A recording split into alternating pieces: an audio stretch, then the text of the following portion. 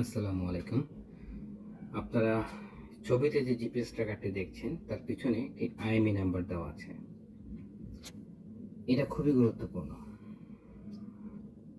আপনারা প্রথমে ওয়্যারিং করবেন।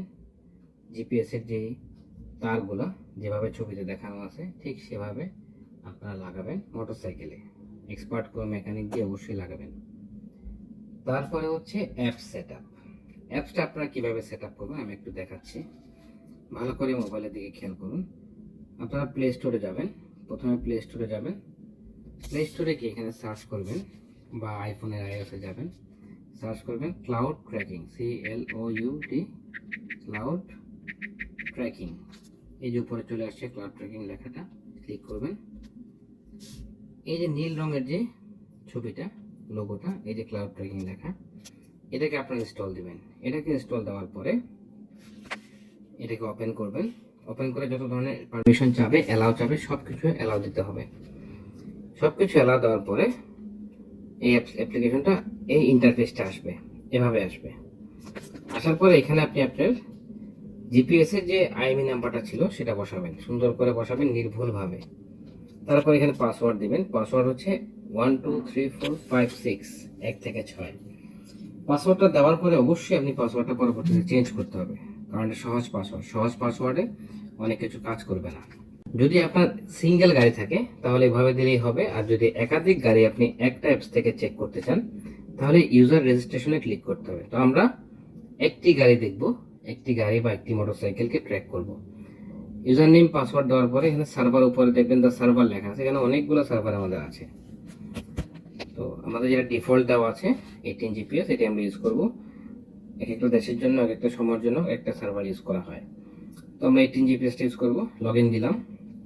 লগ ইন দেওয়ার পরে দেখবেন আপনি আপনার গাড়িটা বা বাইকটা লোকেশন পেয়ে গেছে। এখানে খেয়াল রাখতে হবে যে স্টিল লেখাটা, স্টিল লেখা, আর তার পাশে লেখা 12M25S, মানে 12 মিনিট 25 সেকেন্ড আগে এখানে জিপিএসটা অ্যাক্টিভ করা হয়েছে। তারপরে দেখেন নিচে টাইম দেওয়া আছে, ডেট দেওয়া আছে। তার নিচে দেখেন ঠিকানা লেখা আছে শাহবাগ রোড, ঢাকা। তারপরে দেওয়া আছে লোকেশন। তারপরে দেওয়া আছে এসিসি স্টেট। এসিসি স্টেট হচ্ছে মোটরসাইকেল বা গাড়ির চাবিটা বন্ধ নাকি অন করা। যদি চাবি বন্ধ থাকে তাহলে শার্ট লেখা উঠবে, আর যদি চাবি অন থাকে তখন ওপেন লেখা উঠবে। তারপর এখানে লোকেশনের অ্যালটিটিউড, ল্যাটিটিউড দেওয়া আছে। মাইলেজ দেওয়া আছে যে এই বাইকটা টোটাল 994 কিলোমিটার রান করেছে অলরেডি। এটা আমাদের ব্র্যান্ড নিউ জিপিএস, এটা আমরা একটা কাস্টমারটা দেখাচ্ছি আমরা। তারপরে দেখেন আপনারা দেখতে পাবেন যে মেইন সাপ্লাই ভোল্টেজ, মানে এই যে গাড়িটা, এই যে বাইকটা এখানে আছে সেটার ব্যাটারি ভোল্টেজ কত সেটা এখানে শো করবে। এ হচ্ছে বেসিক। এটা দিলে আপনার সেট আপ হয়ে যাবে, কিন্তু আপনার এখানে অ্যাডমিন নাম্বারটা সেট করতে হবে। অ্যাডমিন নাম্বার সেট করতে হলে অর্ডারে ক্লিক করবেন। অর্ডার লেখা, অর্ডারে ক্লিক করবেন। অর্ডারে ক্লিক করবে, একটু অপেক্ষা করবেন, তারপরও এটা লোড হয়ে যাবে। এই যে লোড হয়ে গেছে, এখানে দেখেন centre number, add SOS number, vibration alarm, sensitivity, অনেক কিছু আছে এখানে। আমরা যাব অ্যাড সস নাম্বার। সস মানে SOS, মানে ইমার্জেন্সি। আমরা সসে এখানে নাম্বার 1, নাম্বার 2, নাম্বার 3, তিনটা নাম্বার দেওয়া আছে। আমরা একটি নাম্বার বসাবো যেটা হচ্ছে আমার ব্যক্তিগত নাম্বার, যেটা আমার ব্যক্তিগত নাম্বার।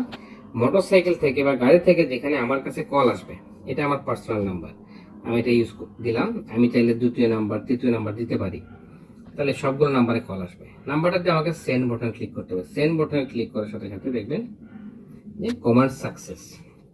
এটা করলে আমার গাড়ির সাথে, মোটরসাইকেলের সাথে আমার ফোন বাইন্ডিং হয়ে গেল, সেট আপ হয়ে গেল। তারপরে আসেন set vibration alarm. Set vibration alarm, এখানে ক্লিক করে দেখেন আপনি এখানে লেখা আছে no alarm, platform, message, call, অনেক কিছু। আমরা দিব call plus platform. Call plus platform মানে হচ্ছে আমার মোবাইলেও কল আসবে, আমার অ্যাপসেও নোটিফিকেশন আসবে। আমরা এটা সিলেক্ট করবো। আর যদি আমরা মেসেজ চাই তাহলে শুধু মেসেজ প্ল্যাটফর্ম দিব, আর যদি কল, SMS সব চাই তাহলে একদম লাস্টেরটা দিব। তো আমরা যদি অ্যালার্ম না চাই, নো অ্যালার্ম দিব। তো আমরা চাচ্ছি কলও আসুক, আমার অ্যাপসে নোটিফিকেশন আসুক, সেন্ড দিয়ে দিব, হয়ে গেল আমার সেট আপ কমপ্লিট। তাছাড়া অনেক অপশন আছে, এগুলো আমি আপনারা নিজেই বুঝতে পারবেন। এই cut off fuel and power, এটা এখানে আমি যদি পাসওয়ার্ডটা বসাই দিই 1 2 3 4 5 6, বা এই পাসওয়ার্ড হবে না, আসলে পাসওয়ার্ডটা চেঞ্জ করতে হবে, কঠিন পাসওয়ার্ড দিতে হবে। দিয়ে যখন আমি সেন্ড দিব আমার বাইকটা লক হয়ে যাবে, কারণ এটা কাট অফ লেখা, কাট অফ লেখা, কাট অফটা অফ হয়ে যাবে। আর রিস্টোর যখন আমি পাসওয়ার্ড দিব, এটা যখন আমি সেন্ড বাটন ক্লিক করব, তখন যেটা হবে বাইকটা আবার অন হয়ে যাবে, ইঞ্জিন লক এবং আনলক।